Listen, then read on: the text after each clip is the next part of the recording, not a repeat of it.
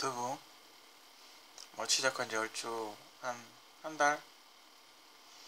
한 달, 이제 한 2달 다 돼가는 것 같은데, 야, 이거 매일같이 이렇게 영상을 올린다는 게 보통 일이 아니거든요.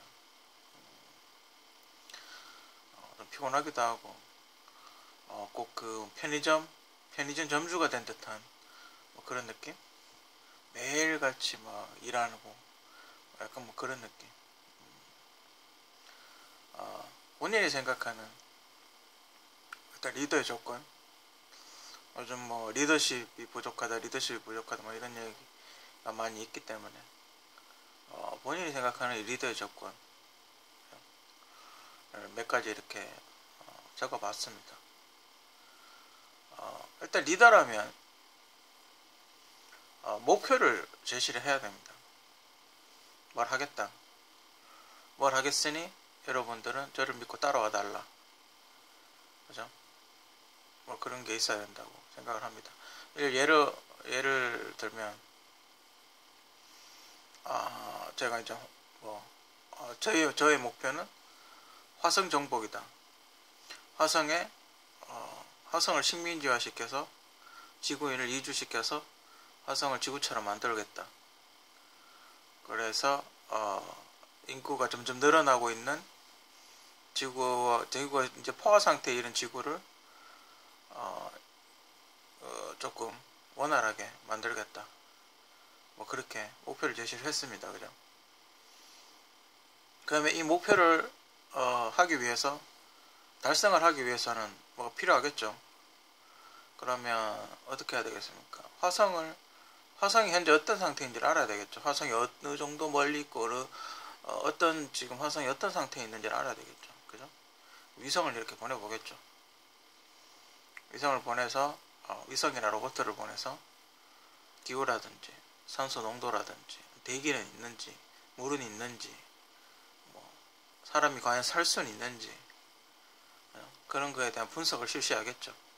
그래서 데이터를 이제 얻었습니다. 화성은 마이너스 60도고 산소는 거의 없고 식물도 거의 없고 물은 있긴 한데 얼음이고 물이 흘러간 흔적은 있는데 현재는 마실 수 있는 물은 없고 땅도 굉장히 척박하고 과연 식물이 자랄 수 있을지 의문이고 사람이 살기에는 매우 힘들고 약간 사막화가 진행되어 있다는 데이터를 얻었습니다. 자, 그럼 어떻게 해야 됩니까? 그렇다면 마이너스 60도를 올려야 되겠죠. 온도를 최소한 영상 10도까지는 올려야 되겠죠. 영상 10도까지 올리려면 어떻게 해야 되겠습니까? 일단 저의 방법은 위에 있는 그러니까 화성에 있는 화성도 아마 북극과 남극 같은 얼음 덩어리가 있을 겁니다. 거기에 가능하다면 열탄이나 핵폭탄 같은 걸 투하를 하는 겁니다. 될 수 있으면 핵폭탄은 좀 그런 게 방사능이 있기 때문에 솔직히 핵폭탄은 좀 그렇습니다. 만약 지대로 갔을 때 방사능이 너무 많아 오염이 돼버리면 어떻게 할 수가 없기 때문에 방사능은 좀 그렇고, 그렇다면 그러니까 방사능이 없는 다른 열탄, 그러니까 핵폭탄과 비슷한 수준의 열탄을 북극이나 얼음 있는 곳에 투하를 하게 됩니다. 어마어마한 양을 투하를 하게 됐죠. 그러면 어떻게 되겠습니까? 얼음이 약간 깨지겠죠. 온도가 약간 올라갈 겁니다. 그리고 화성 곳곳에 구멍을 파서 핵폭탄급 폭약을 설치를 할 겁니다. 그리고 터뜨리겠죠. 그렇게 해서 인공화산을 만드는 겁니다. 그렇게 되면 어떤 현상이 일어나냐면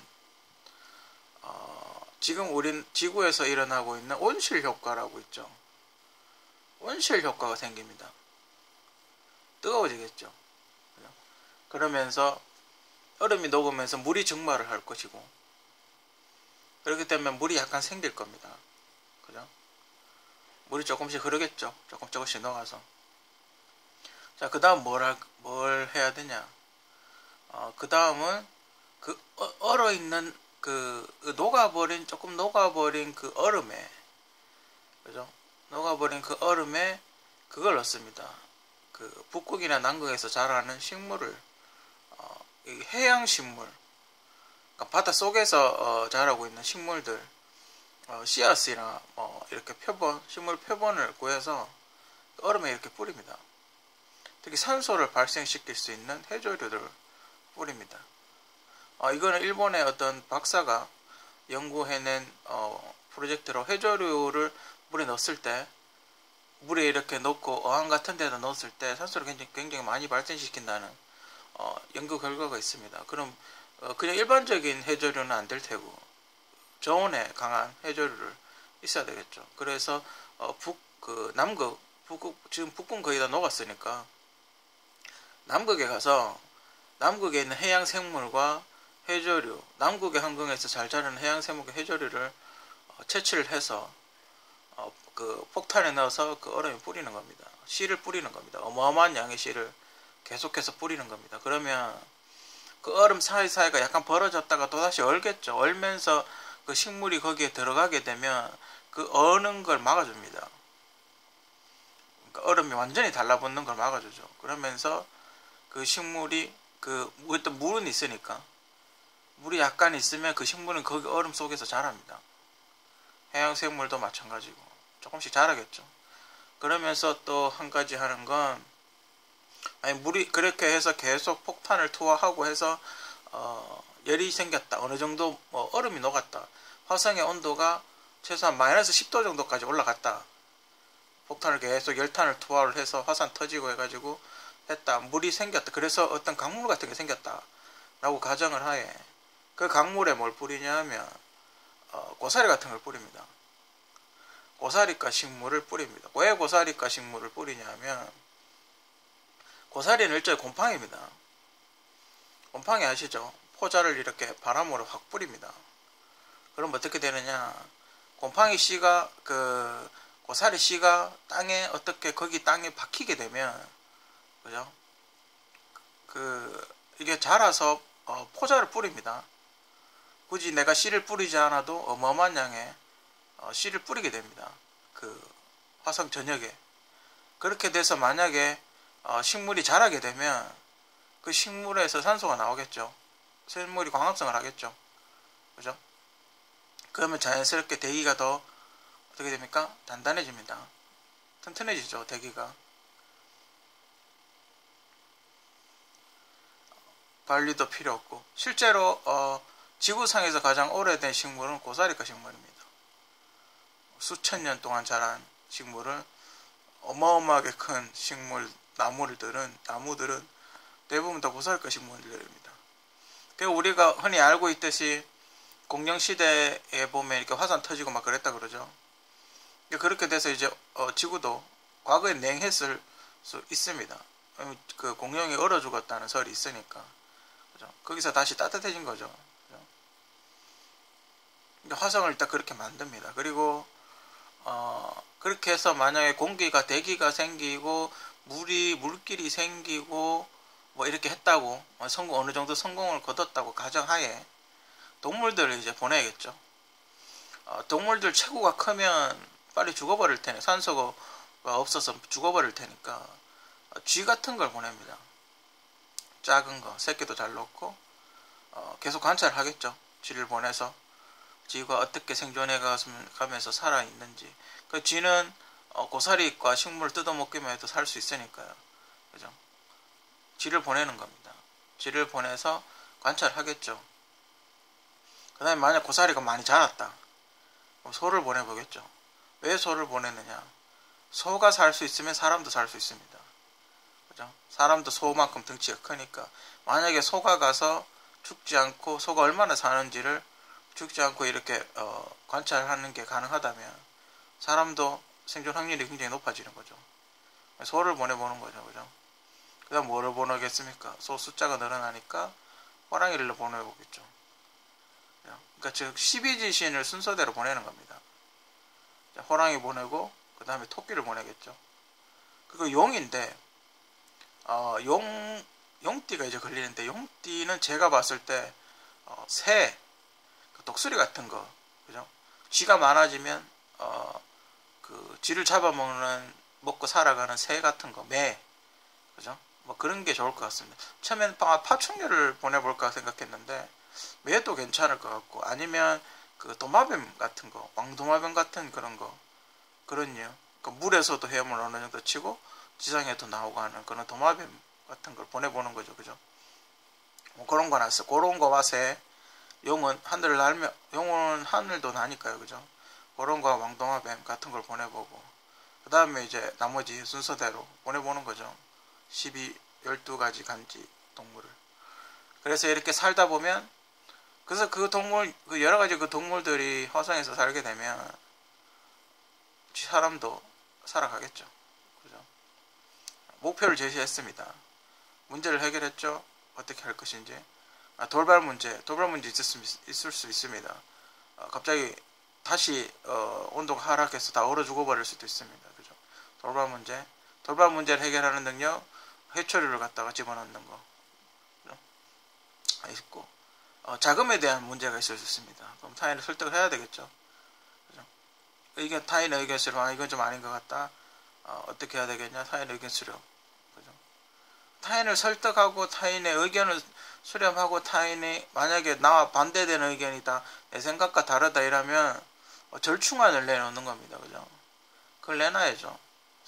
그리고 설득할 수 있는 부분을 설득하고, 내가 생각했는데 이 의견이 더 좋은 것 같다, 그러면 그 의견을 선택을 하는 거고. 그죠? 그럼 잘못에 대한 수정 해야 되겠죠. 그죠? 그리고 그 박사들, 좋은 인재들을 선택을 해야 되겠죠. 그죠? 그리고 만약에 화성이 그렇게 해서 식민지화 됐을 경우 여러분에게 어떠한 이득이 있다, 뭐 일정 부분의 땅을 준다든지 뭐 어떤 분배가 있을 것이다, 본인들한테 있을 것이다라는 그 제시를 해야 그 사람들도 더 열심히 노력을 하겠죠. 리더의 조건, 그죠?